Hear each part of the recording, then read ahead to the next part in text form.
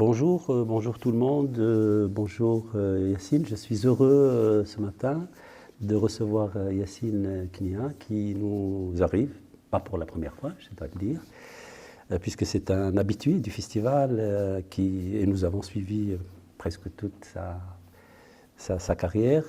Merci d'être venu Merci pour l'invitation. Présenter, parler de ton premier long métrage, De bas étage. On parlera du titre, puisque plusieurs fois la question du titre s'est posée. Donc nous sommes évidemment heureux, et d'autant plus heureux que nous avons eu le plaisir et l'occasion de voir effectivement ton parcours à travers notamment les 3 courts-métrages, Fait croquer, Molly, F430, et des films, je pense notamment à Molly, que j'ai eu le plaisir, moi, de montrer plusieurs fois dans les écoles et qui fonctionnent tellement bien à ce niveau. Donc on était effectivement toujours très curieux, on était à l'affût des informations. Qu'est-ce qu'il fait Yacine, il est où, etc. On savait que tu étais, depuis qu'on s'était vu déjà, que tu étais sur ce projet. Donc on va en parler, et d'abord, évidemment, naturellement, du début de cette aventure, parce qu'elle a quand même duré quelques temps. Oui, quelques temps, 4 ans. 4 ans en écriture, en développement, donc en mise en production, et donc oui, 4 ans en tout. Ouais. Ça a pris du temps pour... 3 ans d'écriture de scénario. Oui, 3 ans d'écriture, et après 1 an de recherche, de financement, et ensuite... 1 an et un peu plus à cause du Covid pour terminer le film dans sa post-production, tournage compris. Donc voilà, oui, en tout 4 ans. Est-ce que tu trouves que c'était long ? Moi, je trouve que c'est long. C'est des temps qui sont très différents du court-métrage, où il me fallait approximativement 1 an, un an pour des courts-métrages, c'est-à-dire pour Fait croquer à l'époque, quand on commence, oui, c'était ça, 10 mois pour un film de 20 minutes. Pour Molly, c'était un peu plus rapide parce qu'il y avait des financements, ça a duré 6 mois. Et pour F430 aussi, 1 an. Et après, on se retrouve à faire... voilà, c'est un autre rythme de penser des longs métrages, un autre rythme de pensée. Donc voilà, 3 ans d'écriture, là on rentre dans des temps, on se dit, ah oui, d'accord, c'est presque un autre métier. Donc oui, ça prend énormément de temps, et je n'étais pas calibré pour ça. Parce que je n'avais pas fait d'études de cinéma où on nous apprend que ça prend du temps. Donc pas mal de moments où on est découragé par l'ampleur des choses, par les budgets aussi qui sont annoncés. Donc voilà, et par aussi la tenue d'une histoire. Parce que moi, j'ai toujours été un peu... J'ai foncé tête baissée dans tous les projets que j'ai faits.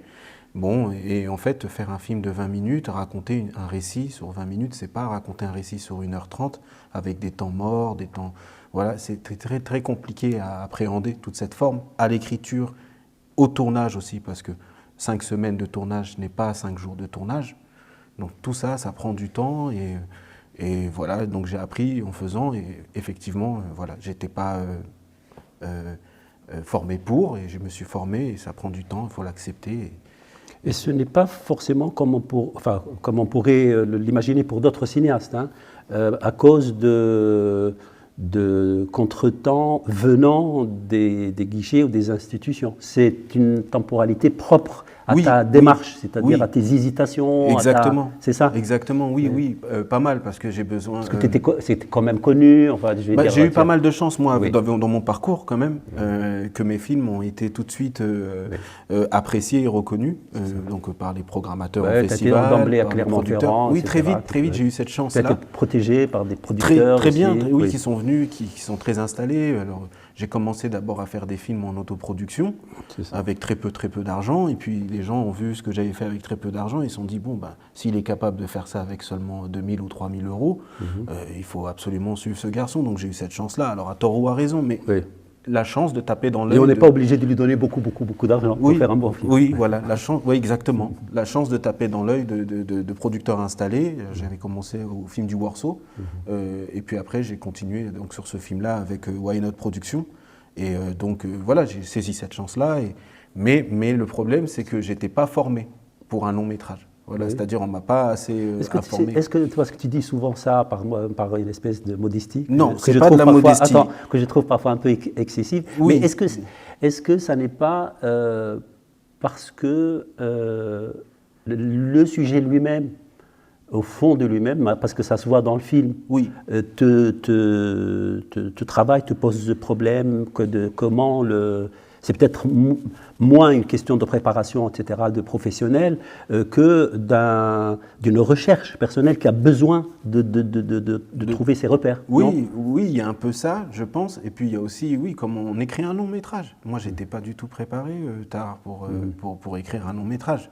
Et je n'étais pas préparé aussi aux attentes que le milieu, c'est-à-dire le producteur, les chaînes télé ou les distributeurs, ou même même les guichets comme le CNC, voilà, comment on peut écrire quelque chose qui tient la route, qui soit cohérent.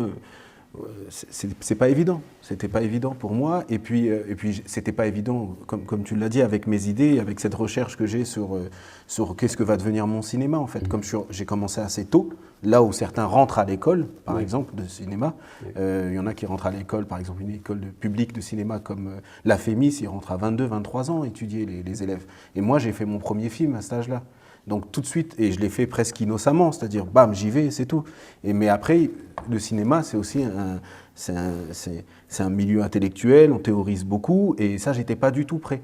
Et qu'est-ce que j'allais devenir, moi, en tant qu'adulte? Donc il fallait aussi trouver ça. Là où d'autres, quand ils sortent de l'école, comme ils ont une formation intellectuelle, ils ont vu des films, ils ont été plutôt bien guidés, ils ont pu se dire qu'est-ce qu'ils allaient faire et qu'est-ce qu'ils allaient devenir. Et d'ailleurs, on les voit arriver avec leur premier court-métrage à l'âge de 30 ans. Moi, c'était très jeune, quoi. Donc, il fallait aussi ce temps-là, qui est un peu long, sur qu'est-ce que je voulais réellement laisser de moi. Je te pose cette question en rapport avec le film, parce que, évidemment, comme tous les films important, je vais dire, enfin, consistant, on va dire ça comme ça, ce qui est pour moi tout à fait le cas. Le film, il porte aussi en lui les difficultés de sa propre, enfin, les marques de sa propre fabrication. C'est-à-dire cette suspension qu'on voit dans le film, cet équilibre comme ça, cette attente, cette chose-là qu'on ne peut pas exprimer autrement que par des silences, par des regards, par une espèce de suspension du temps. Est-ce qu'elle n'est pas précisément l'expression dans le film de ce que toi tu as vécu au moment de l'écrire? Oui, si, clairement. Clairement, parce que je n'avais pas des certitudes, surtout quand j'écrivais. Je sais que j'ai posé des questions en faisant ce film-là, que je me posais à moi-même. Parce que moi, forcément, je suis le réalisateur aujourd'hui, j'ai fait le film, donc je peux me mettre un peu au-dessus de tous ces personnages, de les regarder un peu comme ça. Mais au quotidien, je suis chacun de ces personnages avec ses doutes, avec ses paradoxes, avec ce double discours par moment que je peux avoir. Donc ça avance à tâtonnement. Je suis multiple aussi, c'est-à-dire que demain je peux me comporter comme ça, hier j'étais comme ça. Et donc ce film, il porte un peu tout ça. Donc oui, ça fait partie aussi. Je ne suis pas totalement fait dans ma tête, en fait. Je ne le serai jamais complètement, mais il y a ça. C'est important pour moi dans ma tête de ramener ça. C'est pour ça que ça a pris tout ce temps-là. Oui, alors pour aller peut-être plus vite accéléré, on reviendra après. Oui, pas de problème. J'ai l'impression, maintenant que j'ai vu le film, que j'ai discuté avec toi, que je t'ai entendu parler de ton film, dont tu parles comme réalisateur et de plus en plus comme un critique, et même sévère d'ailleurs, sur ton propre film. Et ça me fait réfléchir, je me dis, si au fond, ce n'était pas une manière de te débarrasser de quelque chose dans ce film-là, en tout cas de quelqu'un que tu veux dépasser à travers ce personnage-là, effectivement, dont le paradoxe est que sa réalité n'est pas à la mesure de ses ambitions, de sa prétention. Ça, je l'ai toujours eu, ça. La tête, elle est là, mais le corps, il est que là, quoi. Ça, je l'ai toujours eu, oui. Je ne sais pas si j'ai voulu dépasser ça, mais en tout cas, c'est sûr que je me parlais beaucoup à moi-même quand je faisais ce film-là, c'est-à-dire accepter ce que la vie te donne, savoir moyenner avec ce qu'on a, accepter l'injustice par moment. Donc oui, voilà, quand je faisais ce film-là, et même aujourd'hui quand je le regarde, je ne serais plus cette personne que j'ai été. Et à un moment, je pouvais être comme Mehdi, c'est-à-dire plein de frustrations, de choses que je nourrissais un peu mauvaises. Et c'est vrai que j'avais envie de dépasser ça. Pour moi, c'était un pas, voilà, tu seras meilleur plus tard, mentalement, entre guillemets. J'avais envie de ça en faisant ce film-là. Donc j'avais l'impression de me parler à moi-même, comme si je faisais mon procès. Alors en parlant du jeune, le petit jeune, tu dis c'est un héritier sans héritage, qui n'hérite rien, le jeune. Mais moi, de lui-même, de Mehdi, puisqu'on partira de lui, et on parlera des autres, j'ai l'impression que nous, comme historiens, tu sais, Oui. on a des clichés. Oui. C'est un anti-héros, mais c'est un anti-héros tardif. C'est-à-dire qui n'arrive pas au moment des anti-héros, quoi, je veux dire, parce que les anti-héros, on les a connus à la fin du 19e siècle, dans les récits, etc. Et on a l'impression que le problème de ce gars, c'est que c'est un anti-héros qui arrive un peu qui tard, quoi. Puis il aurait dû régler ce problème-là bien avant et atteindre une certaine humilité. C'est comme s'il avait tardé à se rendre compte, ce gars, qu'en fait, c'est fini pour lui, c'est terminé. Il aurait fallu qu'il soit beaucoup plus à la hauteur de Mbarak, par exemple. Mbarak ou Thibault, oui, ouais. je sais pas. Après, je pense pas que c'est parce qu'à plein de moments dans le film, ça pourrait reprendre. C'est pas réellement fini. Pour moi, c'est pas totalement fini avec ce regard final qui porte sur elle. Mais c'est son problème. C'est ça le problème. Mais voilà, il faut qu'il apprenne dans ma tête, je me disais, oui, il faut qu'il se contente ou comment faire grandir ce qu'il a, le peu qu'il a entre guillemets. Mais oui, je sais pas. C'est vrai qu'il a du mal dans ma tête. Je me suis dit, c'est quelqu'un de très orgueilleux. Moi, je l'ai décrit comme ça, voilà, très orgueilleux.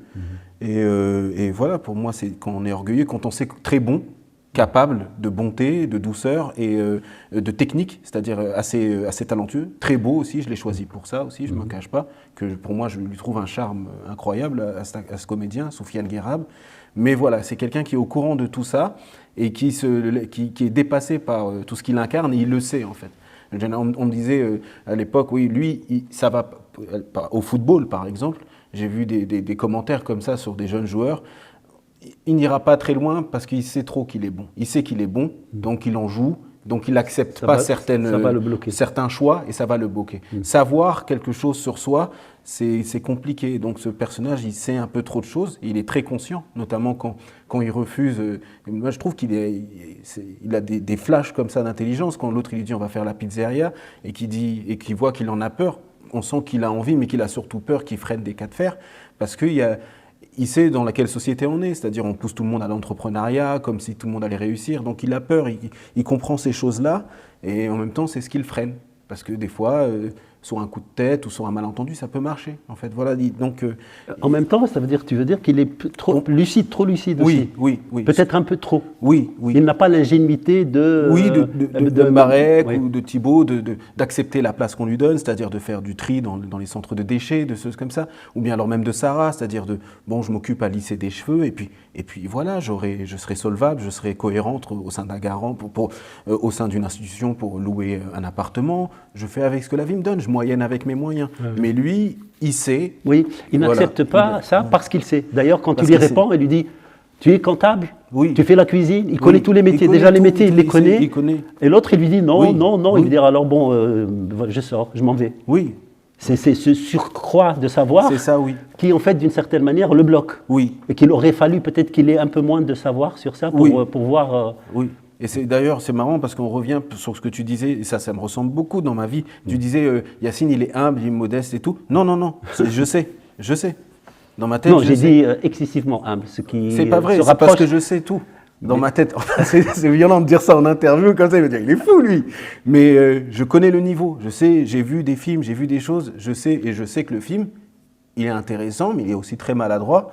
Et cool, ça va avancer, j'espère, dans le meilleur. Mais pour le critique que je suis, moi je le vois aussi autrement, parce que le fait de répéter, de dire tout le temps, il est mauvais, j'ai raté, etc. C'est aussi une manière de ne pas avoir peur. C'est pas vrai, c'est pas vrai. À ça. Non, moi je le trouve pas totalement raté, mais je suis très lucide. Par exemple, mon patron, il devient fou avec moi. Mon patron, c'est bizarre de dire ça pour un métier artistique comme le cinéma ou le producteur, c'est autre chose, c'est presque comme un galeriste. Mais c'est vrai que les gens avec qui je travaille, ça a pris autant de temps aussi à l'écriture parce que j'étais lucide et parce que j'ai pas envie de me faire coincer. Par exemple, quand j'étais plus jeune et que je faisais des comédies, tout de suite on est venu me chercher, alors des grands groupes et tout, j'ai refusé parce que je savais où ça m'emmenait. Donc, et alors, du coup, comme évidemment, c'est un film très, particulier, très, très singulier.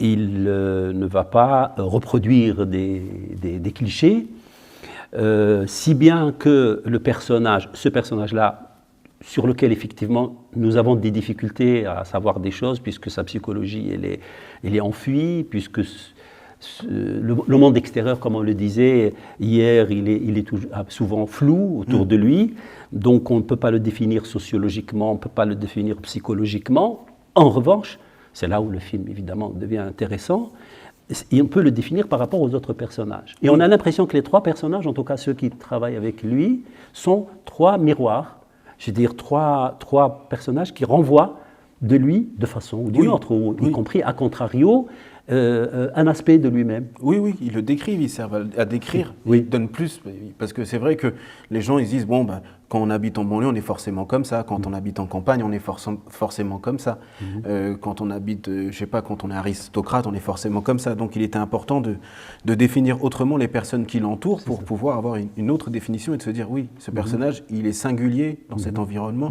et donc sortir des clichés. Donc c'est vrai que, c'était important que chacun ait sa propre personnalité et qui se positionne en contre, c'est-à-dire qu'il soit capable d'être contre Mehdi dans la façon d'agir, pas oralement, mais dans la façon d'agir. Du coup, la dramaturgie, elle va se jouer entre eux les 3. Oui, c'est suffisant. C'est ça, les 3, puisque chacun, il y en a qui parle, l'autre qui va à la fin finir comme ça, celui qui renonce, celui qui résiste, qui s'enfuit et qui subit, l'autre qui s'en va, etc. Et alors, on a l'impression que, je la vois comme ça, la dramaturgie du film, moi, que lui, en fait, il tient à ces personnages. Il veut qu'ils soient là, comme si c'est son monde, comme si le fait d'être là pour lui, ça lui donnerait peut-être moins de solitude, et ça lui permettrait peut-être une cohérence à l'existence en fait déjà. Et le fait est qu'il lui en ait plus et qu'ils choisissent leur vie ou alors par des fois des choses qui les dépassent, par Mbarek se fait arrêter, Thibaut a envie de partir. Ça le désempare complètement. Il se retrouve seul, donc plus rien n'a de cohérence. Et ça donne accès à des folies comme il y a dans le film, de possession par rapport à quelque chose qu'on croit être à soi en fait. Donc voilà, pour moi c'était important d'essayer de faire un film sur ça. Voilà. Par exemple, Mbarek, pour moi, je vois en lui l'aspect, alors parce que tu dis que c'est le personnage qui serait le plus proche de toi, et c'est vrai que quand on le voit, on pense à toi, enfin, je vais dire par beaucoup de choses. C'est celui qui est le plus ingénu, il a une espèce d'ingénuité, c'est lui qui semble avoir peur, mais d'une peur très humaine, et qui est liée à une conscience aussi, parce qu'il dit « je ne sens pas ce coup-là », comme si pour lui, tout ce que vous allez faire là, c'est vain, ça ne marche pas, ça ne donnera rien. Et on a l'impression que c'est une facette qui lui manque, d'une certaine manière. À Mehdi, oui, bien sûr. Comme la facette de celle de Thibaut, où il va un peu plus loin, c'est-à-dire garder son argent, penser à une autre vie, tout de suite, alors loin de tout ça. Donc oui, ou bien alors celle un peu précieuse et de Sarah, c'est-à-dire qui va travailler, qui est dans la servitude aussi. Ça peut être une richesse aussi, dans ce monde dans lequel on vit. Et donc lui, il n'a pas tout ça. Donc on le voit avec sa patronne, Sarah, je peux être là un peu avant les autres pour essayer d'avoir un peu plus d'heures sup. Et voilà, lui, il n'a pas tout ça. Alors, peut-être qu'on reviendra, évidemment, quand vous voulez, vous intervenez, il n'y a pas de problème, parce que les questions se bousculent dans ma tête. Justement, Sarah, parce que vraiment, je pense beaucoup, moi, à ce personnage, je me dis, quelle place elle tient, là, cette fille qui est regardée au début et à la fin. Au début, c'est elle l'objet du regard. Lui, on le voit donc de près, en train de regarder, et c'est vraiment elle qui est dans sa visée, quoi. Et puis à la fin, c'était pareil. D'ailleurs, à la fin, c'était pareil, mais pas dans le salon de coiffure, c'est devant chez elle, devant chez ses parents, devant une porte, toujours, soit derrière une porte, soit devant une porte. D'ailleurs, et je me dis, qu'est-ce qu'elle représente pour lui, cette femme qu'il veut récupérer, parce que c'est plus que ce qu'on voit en général. Je veux dire, bien sûr, c'est une femme qui est partie, il veut la retrouver, il l'aime, etc. Mais ça va bien au-delà. Quand on voit le regard qu'il porte sur elle, l'insistance du regard qui est très ambigu, c'est-à-dire qui est stratifié. Il y a beaucoup de choses, on a l'impression qu'il la surveille, qu'il la guette, qu'il la désire, qu'il la questionne. Enfin, c'est un regard multiple, pluriel. Et moi, tout le temps, je me dis, qu'est-ce qu'il cherche, qu'est-ce qu'elle représente pour lui? Ça représente plein de choses. Alors je pense qu'il faut faire le tri déjà. J'ai voulu faire un film d'amour et quand on aime une personne, il faut faire le tri par rapport à comment on se comporte avec elle. Est-ce qu'on aime quand on est en couple? Je ne sais pas, dans ma tête c'était ça. Parce que je sais que être un couple et foirer son couple, c'est tout de suite... alors ça fait mal au cœur, mais aussi socialement parlant, c'est quelque chose de très difficile à accepter quand ça ne réussit pas, quand ça ne marche pas. Donc c'est ça, ça représente tout ça. C'est-à-dire j'ai échoué dans quelque chose... je ne devais pas échouer dans ça, ça devient presque du matériel, alors qu'on parle d'amour à la base. Donc voilà, pour moi il y a plein de choses, ça représente la fille qu'on aime et ça représente l'échec, donc l'échec amoureux et aussi dans ma tête l'échec presque sociétal, c'est-à-dire j'ai foiré ça, j'ai foiré, puis voilà, c'est trop de choses. Et pour moi, tout le long du film, c'était comment faire le tri dans ça. C'est-à-dire comment aimer correctement, comment aimer réellement. Voilà. Oui, parce qu'on plutôt que aimer une situation ou quelque chose. Parce que lui, il est tout de suite dans des grandes idées théoriques. Et mon fils, et patati. Et parce qu'il a ça aussi, la famille un peu, la structure un peu de la famille un peu nucléaire, un papa, une maman, un enfant, tout ça. Et ça fait partie des codes de la société. Quand on les échoue, c'est très violent. C'est très violent parce que c'est violent sur le plan de l'émotion, on ne sera plus avec ces personnes et tout, mais il y a aussi la violence de j'ai échoué dans le système de société, comme on me l'a vendu, voilà, ça c'était important. Oui. Mais il faut qu'ils sortent de tout ça, je pense. Oui, parce que quand ils la regardent, quand ils sont dans la voiture, avec ce chant contre chant, parce que dès qu'il y a un chant contre chant, on se dit à quoi ça sert dans le cinéma. Oui. Souvent, ça ne sert pas à grand-chose, hein, dans beaucoup de films, parce qu'il faut faire ça. Alors que là, on se dit, mais comme ils ne se parlent pas beaucoup, mais ils se regardent beaucoup. Oui. Ils se regardent, lui il regarde et elle regarde, lui il regarde et elle regarde. Et donc, du coup, nous sommes sollicités en tant que spectateurs pour meubler ses regards et mettre des mots. Qu'est-ce qu'il lui pose comme question? Qu'est-ce qu'il lui répond? Et on a l'impression, effectivement, que c'est des questions qu'il lui pose, beaucoup plus que... Pourquoi j'ai échoué? C'est comme s'il lui disait, mais pourquoi j'en suis là? Oui. Plus que reviens vers moi. Oui, c'est ça son problème, je pense. Je pense, oui, voilà. C'était des choses comme ça, c'est qu'il ne sait pas... J'avais envie de questionner ces questions-là sur des histoires amoureuses, sur comment on aime les choses. Est-ce que la personne qu'on aime, elle sert juste de faire valoir? Parce que parfois, c'est aussi le cas. C'est un peu dur. Oui. Et je me demande si ce n'est pas pour cela que dès le départ, elle, c'est l'objet du regard. En fait, elle n'est pas le sujet. Exact. C'est comme si c'était l'espace de son questionnement, cette femme. C'est le lieu d'interrogation. Oui. Elle a une présence, parce qu'on se dit, mais... si j'étais un peu plus féministe que je ne suis maintenant, je me serais dit, mais elle est quoi Et en fait, elle est à chaque fois l'endroit où il pose ces questions. Elle est là pour lui permettre de dire où j'en suis, qu'est-ce qui m'arrive. Par son refus, partout, oui. Mais alors elle, qu'est-ce qu'elle lui renvoie? Je pense, qu'est-ce qu'elle lui renvoie à lui? Oui. Ça, ce que tu as dit, très bien. Il lui renvoie ces questions. Bien sûr, toutes ces questions, c'est quelque chose...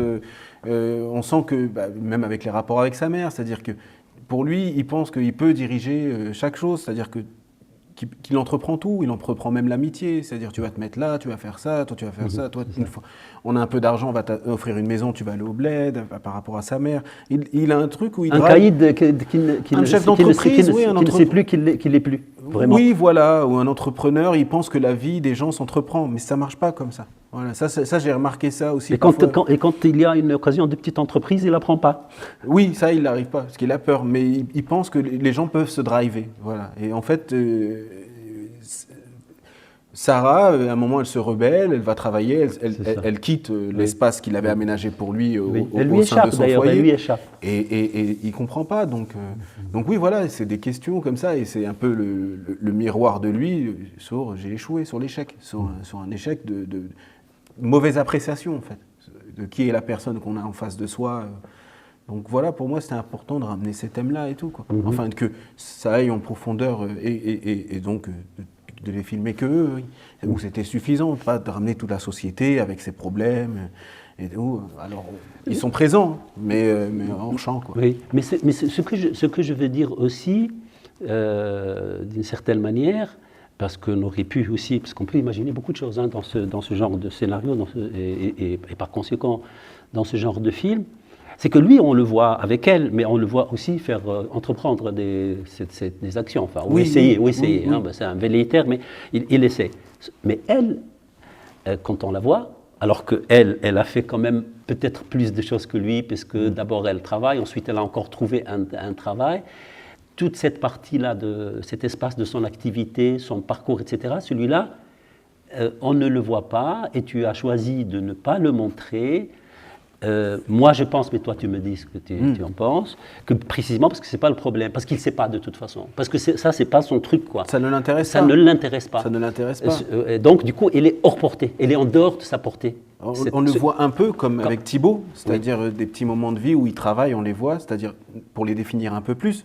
Alors elle, à un moment, on le voit au centre de coiffure, mais ça dure très rapidement. C'est ça. On le voit au moment où elle ferme le magasin et le rapport qu'elle a avec sa patronne, où elle est prête à la servir. On le voit aussi avec les clientes, où elle gobe un peu tout ce qu'on dit, parce qu'il faut bien discuter, bavarder quand on est coiffeur avec son client. Thibaut qui trie, mais lui, non, ça ne l'intéresse pas, et lui, il est dans quelque chose où il se voit un peu maître des choses. C'est-à-dire quand on décide de faire un coffre, on voit qu'on a envie d'attraper un peu le taureau par les cornes, de montrer qu'on est capable, d'être à une autre place, parce que c'est quelque chose. Hein. On parle souvent d'argent facile, mais c'est quelque chose de préparer un casse, de forcer un coffre, de tout ça.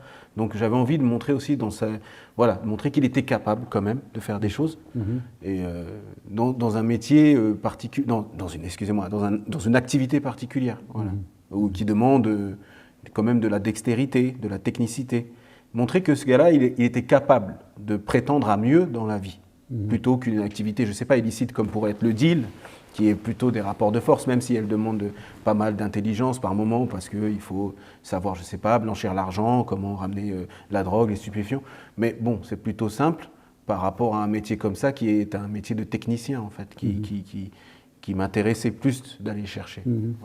Voilà. Parce qu'hier au débat, on parlait vers la fin, on en est arrivé vers la fin, mais je pense que c'est au cœur aussi du film, du sujet, c'est la solitude, et c'est une solitude qui n'est pas que sociale ou psychologique, elle est d'ordre carrément existentiel. Oui. Et justement, évidemment, quand on est spectateur, qu'on voit beaucoup de films, etc., on a des tics dans sa tête, puis des habitudes aussi de regard et d'attente. Je ne pense pas être plus vicieux que les autres en tant que mec, mais on se dit, bon, cette femme, il veut la récupérer parce qu'il la désire, parce qu'il a envie qu'elle soit avec lui, et voire envie d'elle, etc. Et on attend ce baiser qui arrive, qui est un petit bisou, quoi. Voilà. Et je me dis, en fait, que ce n'est pas forcément de cela qu'il a. Parce que c'est vrai, je ne sais pas, explique-nous, parce qu'on s'attend, évidemment, c'est un homme, une femme, ils sont jeunes, etc. Elle est jolie. Oui, ça va au-delà du désir sexuel, voilà. Ça va au-delà de ça. Et on se dit, mais à un moment, on a envie, je veux dire, ils se retrouvent dans les escaliers, ils se retrouvent dans des endroits qui est propice, si tu veux, à un peu plus d'intimité, etc. Mais ces moments-là, en fait, ne viennent pas. C'est comme si ça n'était pas le sujet. Parce que je pense, alors, c'est pas ce qui m'intéresse. Alors moi, excusez-moi pour le micro.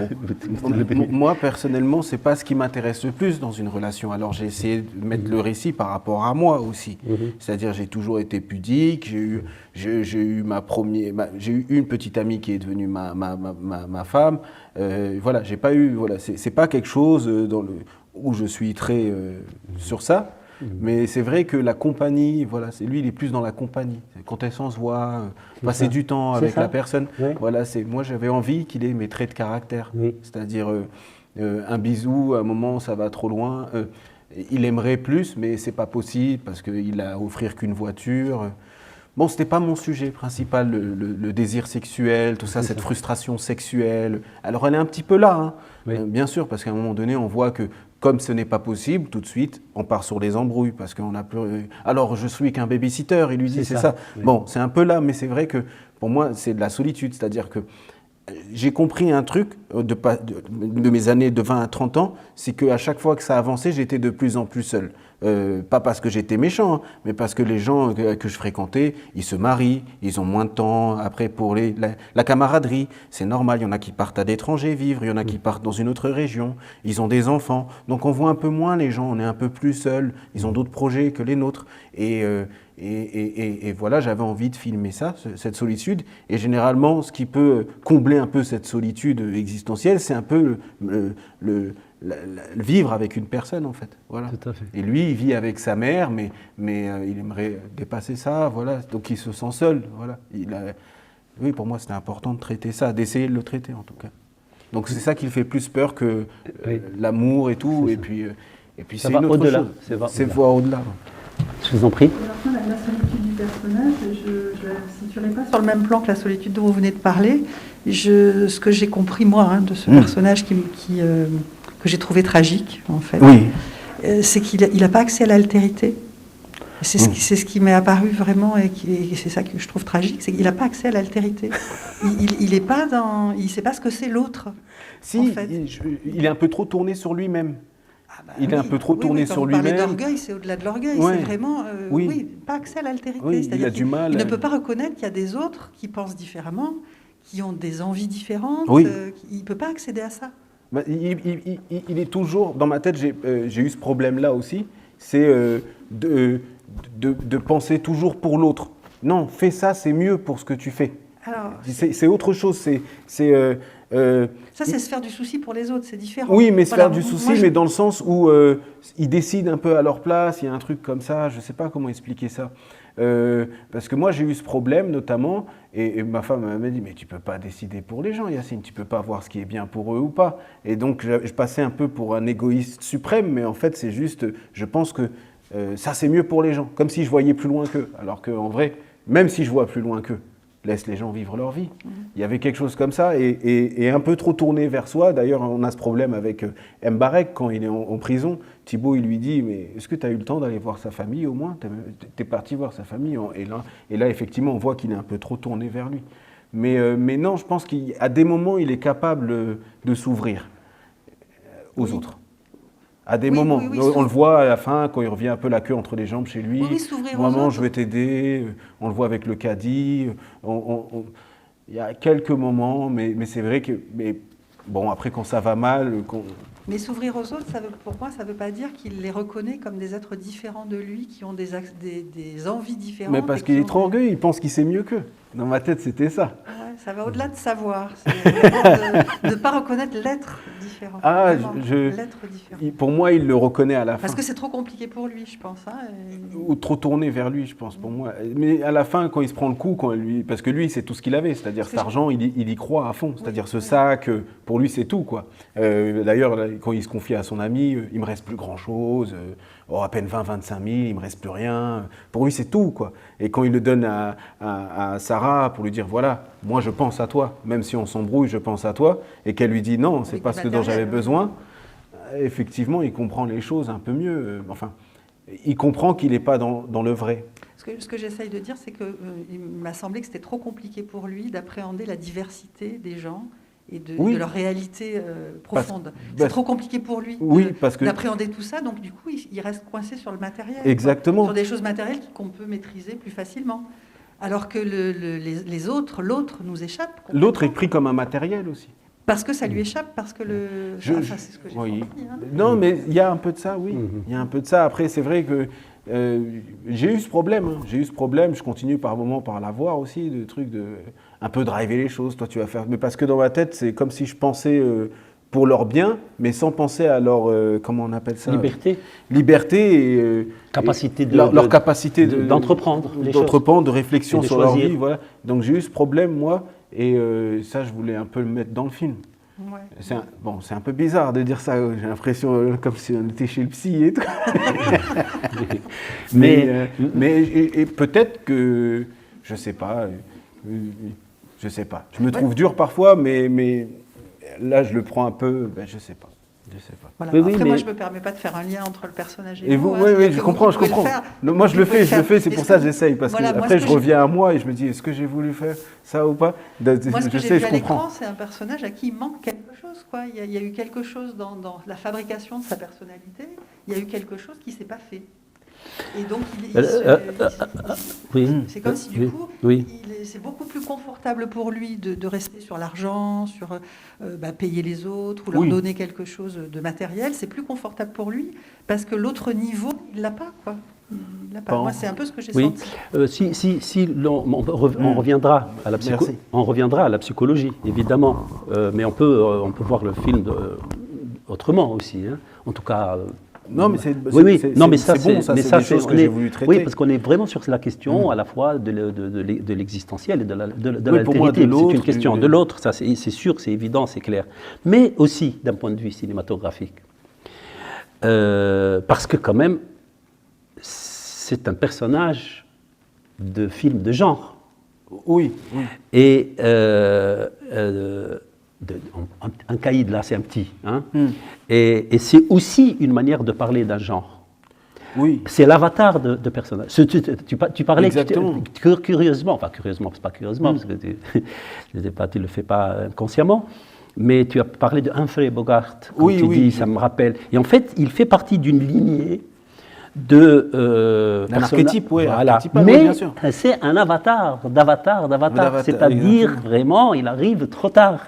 Par rapport dans les années 40, il aurait eu peut-être une plus grande maîtrise de la réalité, puisque ces caïds-là, dans ces films-là, ils avaient vraiment... Peut-être, oui, ouais. parce que là, en plus, il y a un manque de liquidité. C'est pas totalement traité dans le scénario, mais effectivement, leur affaire ne marche pas autant qu'elle devrait marcher au début du film. Bon, c'est dû à de moins en moins d'argent liquide, c'est-à-dire tout est transfert en crédit. Donc, c'est un manque qui part en décrépitude. C'est fini. C'est fini. Oui. Cette illégalité-là, on n'en verra plus beaucoup. Ça sera une autre illégalité, un peu en cravate, avec des cyber, des cybercasses, des choses comme ça. Mais oui, c'est vrai que c'est un avatar.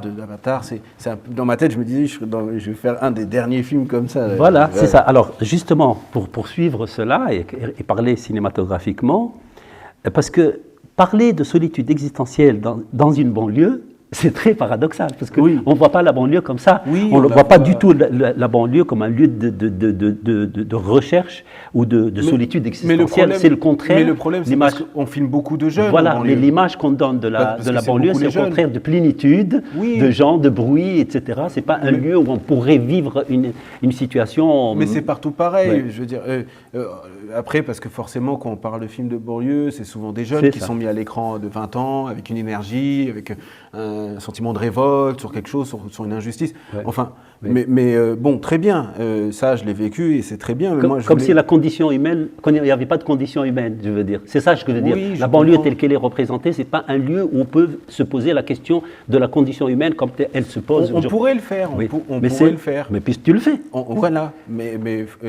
On pourrait le faire, mais après, je comprends aussi les productions, pourquoi elles vont là-bas, parce qu'il y a un public et une offre, il y a une attente de la part du public. C'est presque un genre, c'est devenu un genre en soi. C'est-à-dire, ce qu'a pu faire Spike Lee avec Do the Right Thing, ça s'est téléporté, et puis on a un peu la même chose. C'est-à-dire, il y a un truc, il y a une injustice, on est en révolte, et on casse tout à la fin. Voilà. Donc on l'a eu après dans plein de films, on l'a eu dans... Ce que je veux dire, c'est qu'on voit bien cette volonté très forte, pour moi, et très importante, d'évacuer de cet espace-là, tout ce qui s'est accumulé depuis, comme ce que tu dis. Et c'est ça l'aspect négatif, entre guillemets, je sais pas, du c'est film. négatif. Non, négatif au sens philosophique.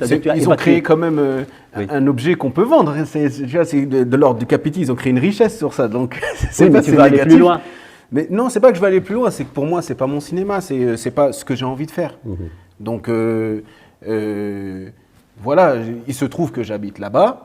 Il se trouve que j'ai vécu des choses similaires et tout ou pas, mais j'ai envie d'avancer avec mon âge et avec les problématiques qu'on se pose à 30 ans ou à 27 ans ou à 44 ans et de rester proche de mon âge et pas de jouer sur des choses dont on sait que ça va avoir son public.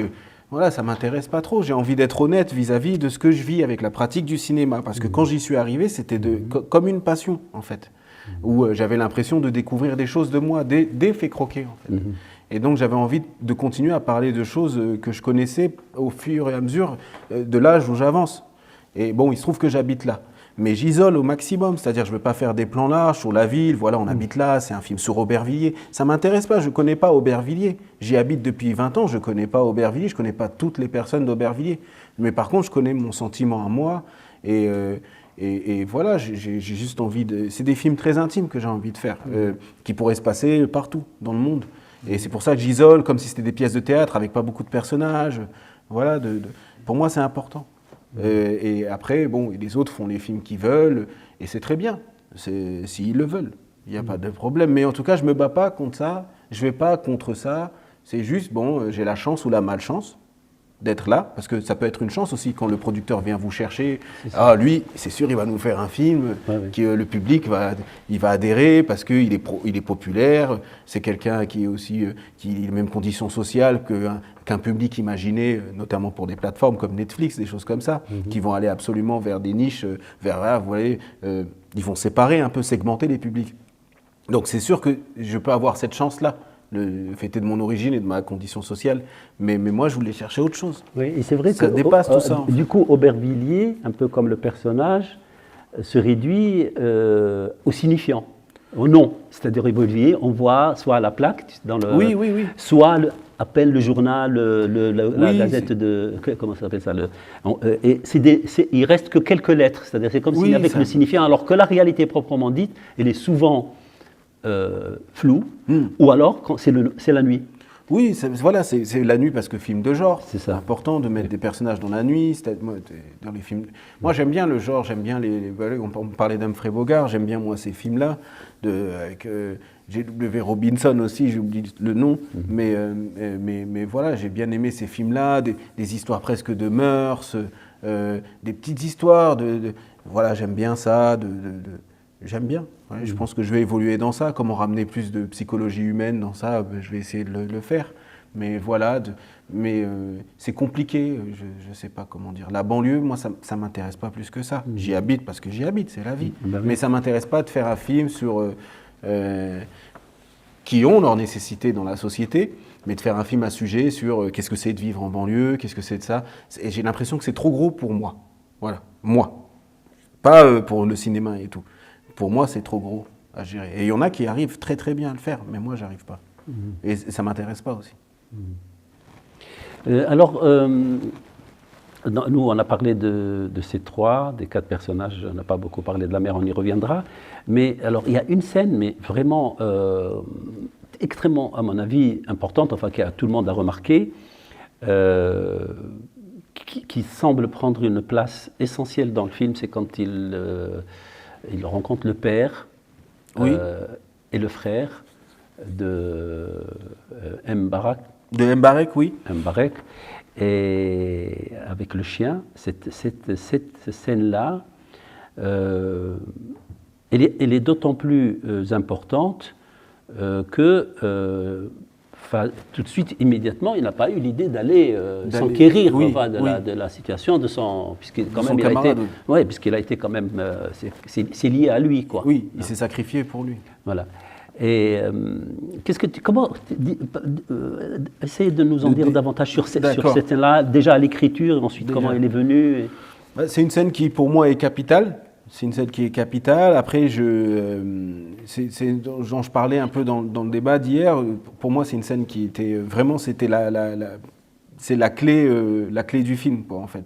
Alors, c'est une scène qui paraît banale comme ça, mais après, ça va venir avec le temps sur comment bien montrer qu'est-ce que c'est une clé du film pour apporter au spectateur, qui tout s'ouvre et tout. Mais pour moi, c'était un peu montrer... voilà, les questionnements sur l'amour que j'avais, est-ce que quand on aime quelqu'un, il faut absolument la posséder, voilà, ou entreprendre son amour, comme le fait Soufiane dans le film, c'est-à-dire décider, croire que la chose nous appartient, que Sarah lui appartient, ou bien est-ce que quand on aime, il faut juste s'abandonner à la chose qu'on aime et juste être en générosité totale, juste donner. Et le frère de Mbarek vis-à-vis de son chien, c'est pour ça qu'il est mentionné en amont du film, qu'on discute, qu'il a un chien, qu'il met toutes ses économies dans ce chien, alors qu'on imagine qu'il doit être au RSA, qu'il ne doit pas vivre de grand-chose, ce bonhomme. Et voilà, je trouvais que ça, voilà, c'était une façon d'aimer autre que celle de notre personnage principal qui est Mehdi. Et c'était important de les avoir face à face dans le film, avec ce chien. Et carrément, on parlait du titre aussi, mais le première idée de titre, c'était Le Braque de Weimar. Ah oui, Le titre du film, c'était Le Braque de Weimar. d'accord. Quelque chose de très noble comme ça. C'est Mais ça. le problème, c'est que c'était un titre beaucoup trop puissant. Beaucoup trop puissant. Et puis j'ai eu honte. Alors j'ai dit, on va trouver un autre titre et m'est venu De Bas Étage. Mais c'est comme pour F430. F430, mon troisième court-métrage, il avait un titre de dingue. C'était Karl Marx est mort. Et j'ai vu le film. Le film, il était... bon, c'était un petit film, bien et tout, mais pas du niveau pour s'appeler Karl Marx est mort. Et alors j'ai rabattu sur F430. Pareil sur De Bas Étage. Le film, ça devait être Le Braque de Weimar, qui est ce chien de race qui est magnifique et qui, à mon sens, le personnage de Houssine, qui est le frère d'Embarek, sait aimer convenablement, c'est-à-dire il s'abandonne à lui. Et le film devait s'appeler comme ça, mais je trouvais qu'il y avait pas mal de choses ratées, ça venait un peu mal, pas mal de choses. J'avais un peu peur du titre, ça me dépassait. Je pense que le titre est plus fort que le film. Oui, oui. Mais c'est la clé du film, c'est-à-dire Oui, il a ça. face à lui Oui. un homme qui aime différemment, et donc on a cette séquence avec le frère, qui est doux en plus. Et parce que j'ai l'impression qu'il sait aimer, qu'il a un détachement, il aurait pu avoir de la rancune vis-à-vis de Soufiane, ou... mais bon, c'est pas grave, on sait ce que c'est, il lui dit. Oh, tu sais, je sais ce que c'est. Oui, parce qu'on n'a jamais vu un chien autant important, quoi, dans...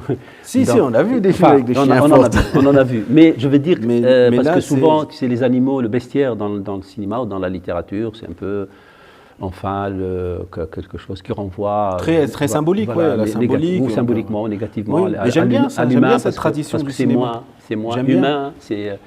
Or là, puisque c'est un chien de race, mais vraiment de race, et c'est quelque chose de... très noble. Effectivement, là, pour revenir à la question de l'altérité, c'est un moment, précisément dans le film, où s'ouvre devant lui une fenêtre en termes d'altérité extrêmement importante, parce que là, il a un être de race pure face. Oui, entre alors que lui, justement, c'est une race de seigneurs qui sont complètement... qui est complètement... Ça n'allait pas aussi loin dans ma théorie. Non, mais je vais dire... Non, ça n'allait pas aussi loin pour moi. Il y a une espèce d'hétérogénéité, on va dire ça comme ça, entre la... Quand tu dis là, cette relation entre le chien et son maître, avec ce détachement, cette sérénité, pas de ressentiment, etc. Et l'autre qui n'a pas ça, cette... il est là, il sait apprécier ce moment. À ce moment, il l'apprécie, parce qu'il est là, et l'autre il lui dit, ah, t'as vu, il est beau, ah si, il est là, et avec eux, il regarde ce chien. Il est là, quoi. Il peut l'apprécier ce moment, mais il n'en est pas capable. Il n'est pas capable de refaire ça. Il n'est pas capable je sais pas moi, de donner tout son argent à un chien, ou bien alors de dire oui à Sarah, on va faire ça, de se mettre en quatre, de se plier en quatre pour quelque chose qu'on aime, en fait. Il n'est pas encore capable, je pense. Voilà, mais pour moi, c'était une scène qui était très importante. Bon, après, c'est comment amener ça à mieux et tout, ça va venir. Moi, c'est mes challenges plus tard, quoi. Pour que ça soit plus visible, quoi, que ça saute, que ça... Mais oui, pour moi, c'était une scène capitale. Et ça devait, à la base des bases, porter le nom du film, Le Braque de Weimar, qui était aussi un truc politiquement, pour moi, très engagé. C'est-à-dire, voilà, j'ai le droit à ça, moi aussi. On a le droit à ce titre-là dans un film, en banlieue, entre guillemets, voilà. C'était, voilà. Alors, les jeunes, ce matin, au lycée, pour revenir presque au début de notre conversation, te disaient, cette fin, ils trouvaient qu'elle était un peu noire, quoi, un peu triste. Oui, défaitiste et tout. Oui. J'entends, mais c'était... J'entends. Après, moi, j'aime bien. En tant que spectateur, moi, les films qui m'ont élevé dans ma tête, qui m'ont aidé à grandir, c'est les films aussi où ça se terminait pas forcément dans le sens du protagoniste. Et qu'ils se retrouvaient dans des échecs. Et par leurs échecs, moi, j'apprenais beaucoup. Donc, c'était des fins, pour moi, heureuses, en tant qu'individu. Mais eux, ils ont je sais pas, c'est une fonction, c'est une façon de voir aussi le cinéma. J'ai l'impression que on va vers des choses qui sont un peu plus heureuses pour contenter le spectateur, le rendre moins anxiogène. Alors que moi, j'ai grandi dans le sens où c'est un film, c'est un outil pour que nous, on aille mieux. On s'en fout du personnage du film. C'est qu'un film. Tout le monde joue, ils ont leur salaire à la fin, on s'amuse bien, voilà. Mais le film, pour moi, il sert un peu à montrer des... Voilà, on peut se permettre et d'apprendre des échecs des autres. Oui, parce qu'on peut sourire à ce genre, devant ce genre de questions, surtout celles après qui sont venues après, lorsque... l'un de ses élèves a dit, mais est-ce qu'il y a une suite ou pas? Alors, au début, je me suis dit, bon, évidemment, ils sont habitués aux séries. Mais, en réfléchissant bien, je me dis, le film appelle une suite, mais pas une suite forcément. Une suite forcément de cette histoire-là. Mais parce qu'on a l'impression que tu tournes. C'est pour ça que je disais tout à l'heure, tu veux en finir à la fois avec ce personnage dont tu as peur qu'il te ressemble ou dont tu penses que tu lui ressemblais à un certain moment, peut-être pour aller vers autre chose. Enfin, on a l'impression que c'est un film de liquidation. Même si c'est un premier long métrage, on a l'impression que c'est un film où tu liquides quelque chose. Exactement, Tu vois, il y a plein de choses d'ailleurs anciens dans le film. On parlait de films de noirs, de films de gangsters, de films de banlieue, de films d'amour, enfin, toutes ces choses-là, anciennes, etc., réunies dans ce film-là. Et on va ranger ce truc-là et on va partir là vers autre chose. Peut-être. Mais oui, c'est vrai que il liquide. Je sais que j'étais en négation, ce que je disais plus tôt.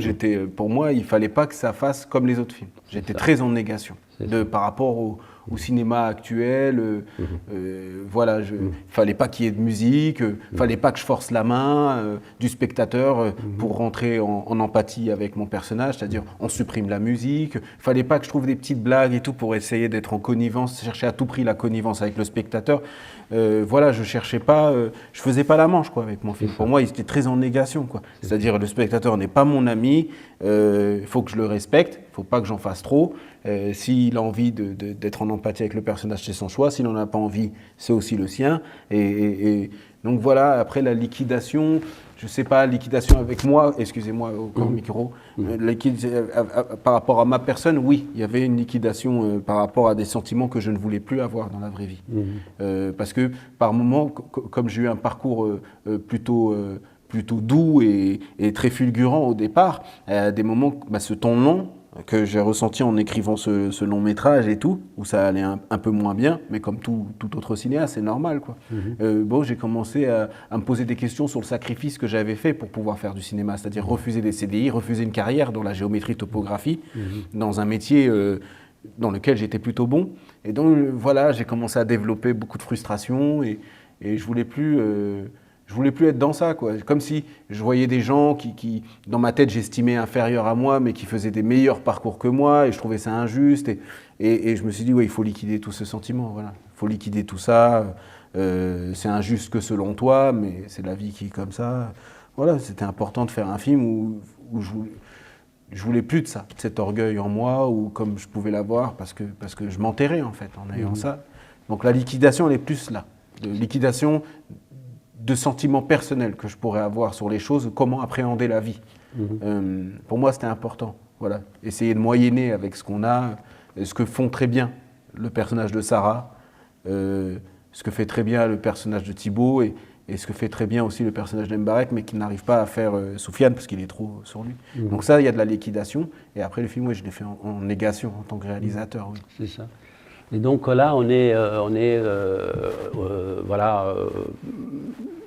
ouvert sur quelque chose de plus humble, quoi. Peut-être, oui. Peut-être, oui. Après, je veux continuer pour être honnête, parce que j'aime bien cette veine-là, de films un peu noirs. Voilà, moi, il y a des films que j'aime bien, comme... J'aime bien. C'est un jeu aussi, le cinéma. C'est un jeu. Alors, c'est le cas de le dire. Oui, pour moi, c'est vraiment ça. C'est-à-dire, on fait semblant à chaque fois, et puis j'aime bien faire semblant dans le noir. On joue. Voilà. La comédie un peu moins, parce que j'ai l'impression que les espaces desquels je suis issu sont sujets à des comédies un peu populaires et familiales. Ça ne m'intéresse pas. Et d'ailleurs, j'ai l'impression que c'est presque des clichés en soi de faire des films. On est pauvre, mais on sait rire. Hein, vous avez vu, on sait vous faire rire. J'ai l'impression de servir la soupe comme ça, à une espèce de calme social, voilà. Mais ça m'intéresse pas. Mais par contre, les films noirs comme ça, je me dis oui, il y a un espace pour ça. Je sais pas, Assurance sur la mort de Billy Wilder, des choses comme ça, d'aller vers ça. Des histoires très, très intimes, parler de la société en général, ça ne m'intéresse pas. Mais voilà, par exemple, je sais pas moi, quelqu'un qui travaille dans la pharmacie, par exemple, on a eu ce film-là qui est intéressant. J'aime pas trop le film, mais c'est intéressant. Quelqu'un qui est médecin et qui fait comment on appelle ça? Pour pouvoir se procurer des médicaments, des ordonnances, voilà, et puis ça le met c'est un médicament qui sert à couper de la cocaïne, voilà, des choses comme ça, des petits parcours intimes comme ça pourrait m'intéresser plus tard, voilà. Ou un assureur comme Assurance sur la mort, des choses comme ça. Donc il y a un projet en cours Il y a des projets en cours, il faut voir si ça tient la route, mais oui, voilà, on a à Lyon aussi de la psychologie, il y a le sujet d'un agent dormant pour moi, qui travaillerait pour un espèce de cartel, voilà, pour des dealers, mais qui lui travaille, qui est nourrice, qui est quelqu'un qui est censé stocker la drogue chez lui. Voilà, qu'est-ce qu'on fait avec cette personne-là, qu'est-ce que c'est sa vie, peut-être un changement de hiérarchie avec son supérieur, comment ça se passe psychologiquement, voilà, c'est des choses très petites, quoi. Très bien, dans l'attente de la réalisation de ces projets, dont on espère qu'elle ne sera pas longue. Hein. Bah, après, il faut faire avec, même quand elles se font pas. Dans cette attente-là, je te remercie beaucoup. Merci bien, Annie, merci. Yacine Knia de ce très très beau film. Merci. Merci à vous toutes, à vous tous, merci. et à la prochaine.